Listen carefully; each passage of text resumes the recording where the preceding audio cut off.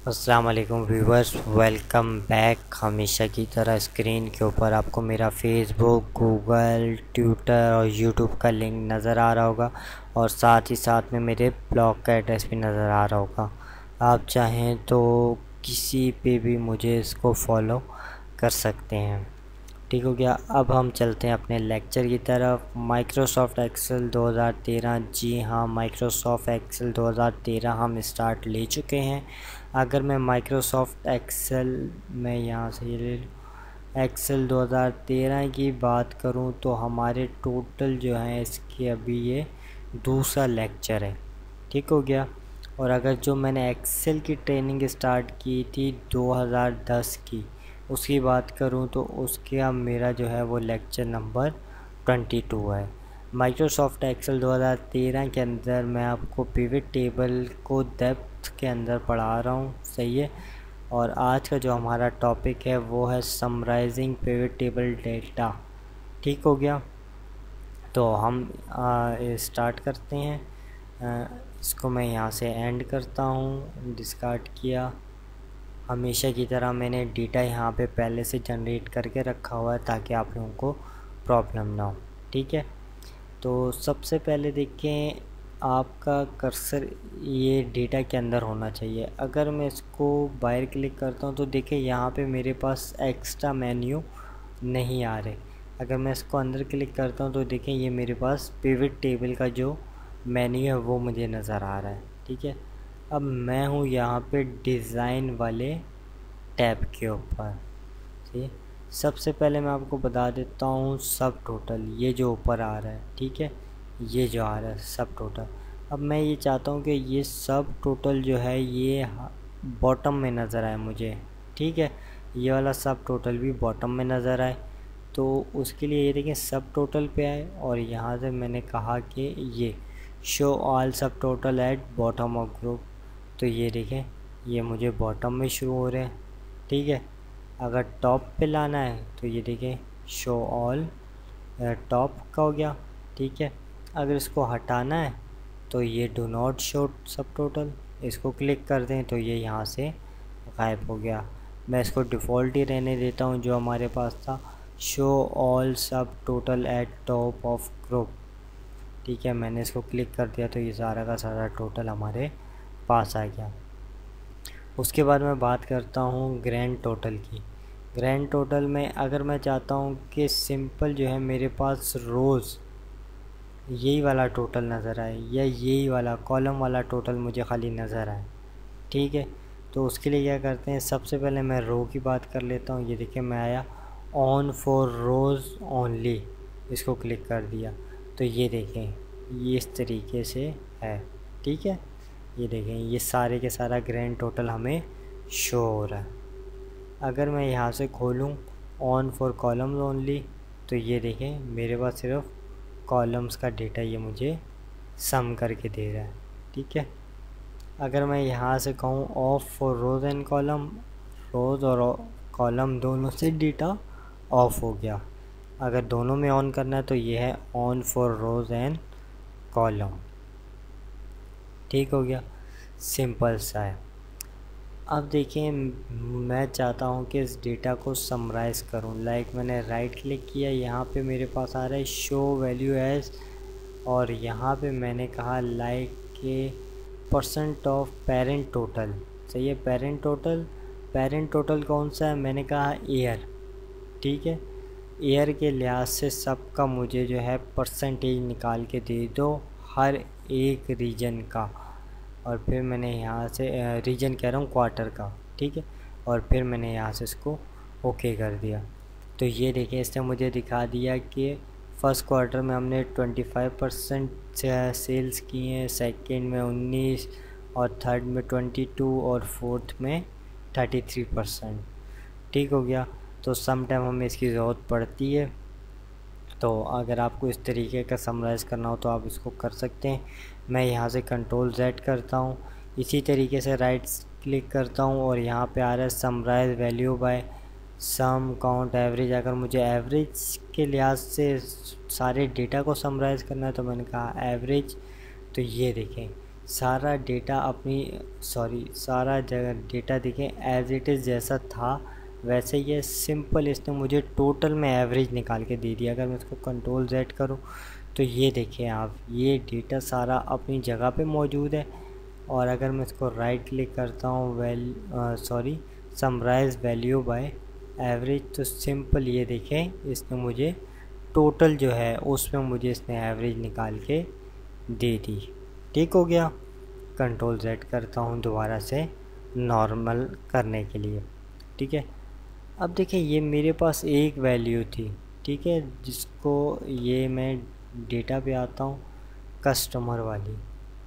ठीक हो गया, ये कस्टमर वाली फील्ड थी जिसको मैं एज आ सेल के तौर पे ले रहा था पहले। अब देखिए मैंने कहा कि नॉर्थ में हमारे पास इतने कस्टमर हैं, ईस्ट में इतने हैं, वेस्ट में इतने हैं। ठीक है, अब मैं इनको कह लेता हूँ कि ये मेरे पास कस्टमर्स हैं, रजिस्टर्ड कस्टमर है। पहले मैं इनको सेल्स कह रहा था, अब मैं कहता हूँ कि इन रजिस्टर्ड कस्टमर्स को मैंने इतने इतने की सेल्स की हैं। ठीक है, ये मेरे पास सेल्स वाली फील्ड एक एक्स्ट्रा आ गई है या न्यू आ गई है। ठीक है, अब मुझे क्या करना है, इसको भी ऐड करना है इस टेबल के अंदर। तो मैं शीट पे आया और यहाँ से ये देखिए मैंने सेल्स को पकड़ा और वैल्यू पे ला के छोड़ दिया। ठीक है, जैसे मैंने वैल्यू पे ला के छोड़ा तो देखिए मुझे दिखा रहा है sum of customer, sum of sale, sum of customer, sum of sale, sum of customer और सम ऑफ सेल। ठीक हो गया। तो इस तरीके से अगर आप कर्सर को अपना ऊपर रखते हैं तो ये देखिए ये एरो सा बन जाता है। उसके बाद आप क्लिक करें तो ये सिंपल आपको वही फील्ड सारी की सारी सिलेक्ट करके दे देता है जैसा कि इस वक्त सेल्स वाली इसने सेलेक्ट किया। अगर मैं कस्टमर वाली पे आता हूँ तो ये देखिए कस्टमर वाली सारी फील्ड मुझे ये शो करके दिखा देता है। ठीक है, और हटाने के लिए यही है कि मैं यहाँ से चेक रिमूव कर देता हूँ तो ये सारा का सारा नॉर्मल हो गया। ठीक हो गया। अब मैं आपको एक चीज़ बताता हूँ, और मिसाल के तौर पे ये देखें, ये मेरे पास कस्टमर हैं और ये मेरे पास सेल्स है। अब यहाँ पे मुझे एक फील्ड चाहिए जिसमें मैं क्या करूँ, कस्टमर्स को डिवाइड करूँ सेल के ऊपर।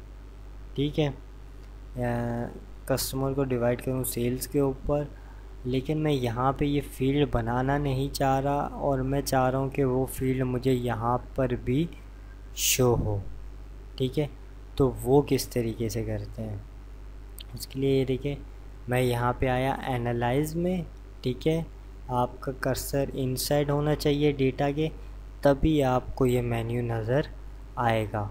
मैं आया एनालाइज पे, इस पे मेरे पास आ रहा है फील्ड आइटम एंड सेट।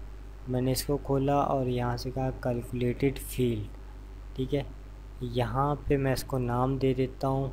मैंने कहा सही है, शॉर्ट में लिखा COS/ सही है। डिवाइड के लिए मैंने वैसे ही ये सिंपल नाम है, इसका कैलकुलेशन से कोई ताल्लुक़ नहीं है, सिंपल अभी नाम दे रहा हूँ। कस्टमर को डिवाइड करना है सेल के साथ तो मैंने COS/SAL लिख दिया। ठीक है, अब इसको यहाँ से रिमूव किया इस ज़ीरो को। अब मैंने कहा कि मुझे क्या करना है, कस्टमर, यहाँ से मैंने कस्टमर को डबल क्लिक किया, फिर मैंने स्पेस दे के स्लैश लिखा, फिर स्पेस, अगर स्पेस ना भी दे तो कोई फ़र्क नहीं पड़ेगा। ठीक हो गया। तो यहाँ पे मैंने लिखा कस्टमर को डबल क्लिक किया, उसके बाद स्पेस दे के स्लैश लिखा, फिर स्पेस दिया। अब मैं सेल्स को डबल क्लिक कर देता हूँ। ठीक हो गया, और फिर मैं यहाँ से इसको ऐड कर लेता हूँ और ओके कर देता हूँ। तो अब ये देखें यहाँ पे मेरे पास ये डेटा शो हो रहा है। ठीक है, कस्टमर को सेल्स के ऊपर डिवाइड किया तो ये रिज़ल्ट मुझे दिखा रहा है कि रिज़ल्ट क्या आ रहा है। और यहाँ पे अगर मैं देखूँ तो ये देखें साइट के ऊपर मुझे कस्टमर/सेल जो मैंने अभी एक नई फील्ड बनाई थी, अगर मैं अपने डेटा में आता हूँ तो यहाँ पे ऐसी कोई फील्ड नहीं है, लेकिन अगर मैं यहाँ पे आता हूँ तो मुझे ये फील्ड नज़र आ रही है। ठीक हो गया। अब मैं बात करता हूँ इस फील्ड को डिलीट किस तरीके से किया जाता है। एक तो ये है कि देखें ये हटाना है तो मैं इसको चेक लगाया और यहाँ से इस फील्ड को मैंने हटा दिया। ठीक है, पहला तो अगर मुझे ये फील्ड ही डिलीट करनी है तो मैं दोबारा जाऊंगा फील्ड आइटम पे, कैलकुलेटेड फील्ड, और यहाँ से मैं खोलूँगा तो ये देखिए ये नाम आ रहा है मेरे पास, ठीक है। इसको मैंने क्लिक किया, देन मैंने यहाँ से कहा डिलीट और ओके। तो ये देखें ये फील्ड यहाँ से डिलीट हो गई, ठीक हो गया। अब एक और चीज़ मैं आपको बताता हूँ। मिसाल के तौर पे ये देखें, कभी कभार हमें ज़रूरत पड़ती है कि ये जैसे मेरे पास है 2 और 3, ये तीसरा और चौथा, सॉरी 2 और 3 बोल दिया था मैंने, तीसरा और चौथा क्वार्टर जो है ये मुझे शो नहीं करना, लेकिन मैं चाहता हूँ कि कैलकुलेशन के ऊपर मेरी कोई फ़र्क ना पड़े। मतलब कि मैं ये चाहता हूँ कि मैं इस डेटा को हाइड कर दूँ, ठीक है, लेकिन मेरी कैलकुलेशन के ऊपर कोई फ़र्क ना पड़े और उसको मैं बेहतर तरीके से कर सकूँ, ठीक है। बेहतर तरीका क्या करने के लिए, ये देखिए इस वक्त मैंने इन दोनों रोज़ को सिलेक्ट किया हुआ है। मैं आता हूँ डेटा के ऊपर और यहाँ से मैं कहता हूँ ग्रुप, सॉरी यहाँ से, सॉरी मुझे यहाँ से सिलेक्शन लेनी थी, मैंने कहा ग्रुप, ठीक हो गया। तो ये देखें ये अब एक ग्रुप बन गया है। अब अगर मैं इस माइनस को क्लिक करूँ तो ये देखें ये मेरे पास क्या आ गया 1 और 2, और मेरी कैलकुलेशन के ऊपर कोई फ़र्क नहीं पड़ा। अगर इस दोबारा प्लस को मैं खोलता हूँ तो ये देखें ये डेटा मेरे पास दोबारा से नज़र आ रहा है। इस ग्रुप को ख़त्म किस तरीके से किया जाएगा, दोबारा यहाँ से सिलेक्ट किया जाएगा, सही है। याद रखिएगा कि यहाँ से सिलेक्ट करते हैं 8 और 9, ये जो रोज़ आ रही है, मैंने गलती से पहले यहाँ से सिलेक्ट कर लिया था, जिसकी वजह से उसने तमाम के तमाम को क्या कर लिया था, ग्रुप बना दिया था। तो यहाँ से आपने सिलेक्शन लेनी है जब आपने ग्रुप करना हो, और जब आपने अनग्रुप करना हो तब भी यहीं से सिलेक्शन लेनी है, और उसके बाद यहाँ पे जाएं आप अनग्रुप। तो ये देखें ये दोबारा से अनग्रुप हो गया, ठीक हो गया। अब पिवट टेबल की मैं आपको एक सबसे अच्छी चीज़ बताता हूँ, वो ये है कि आपको कभी भी डेटा कॉपी या पेस्ट नहीं करना पड़ता, ठीक है। मिसाल के तौर पे ये देखें ये मेरे पास है ईस्ट का सेक्शन, ठीक है, क्वार्टर 3 का। अगर मैं यहाँ पे डबल क्लिक करूँ तो ये देखें इसने ऑलरेडी एक नई शीट बनाई और वो डेटा यहाँ पे इसने पेस्ट कर दिया सारा का सारा, ठीक है। दोबारा मैं जाता हूँ, अगर मैं ग्रैंड टोटल को क्लिक करता हूँ, ये देखें सही है, तो उसने सारा का सारा डेटा यहाँ पे ग्रैंड टोटल का पेस्ट कर दिया, सही है। किसको पेस्ट किया, सिर्फ ईस्ट वाले को, क्योंकि मैंने ईस्ट में ही रह के इसको डबल क्लिक किया था, ठीक है। तो ये एक बहुत अच्छी चीज़ है, हमें कॉपी पेस्ट नहीं करना पड़ता, जस्ट आप डबल क्लिक करें, कोई भी हो, नॉर्थ ईस्ट साउथ जिसको भी आप लाइक। ये देखिए मैं साउथ पे जा रहा हूँ, डबल क्लिक कर रहा हूँ तो सिर्फ साउथ वाला इसने क्या किया, यहाँ पे डेटा पेस्ट कर दिया, ठीक हो गया। तो आज की क्लास में मैं इतना ही रखता हूँ, ठीक है। तो नेक्स्ट क्लास में हम मज़ीद इसके ऑप्शन देखेंगे, क्योंकि लाइट का बहुत इशू है, लाइट बहुत देर में आती है रात में, और रात का ही टाइम होता है मेरे पास जिसमें ये लेक्चर्स को रिकॉर्ड करता हूँ। तो मेरी कोशिश यही होगी कि मैं जल्द से जल्द दूसरा लेक्चर रिकॉर्ड कर लूँ, ठीक है। अगर देर हो जाए तो मुझे माफ़ कीजिएगा और दुआओं में याद रखिएगा। अल्लाह हाफ़िज़।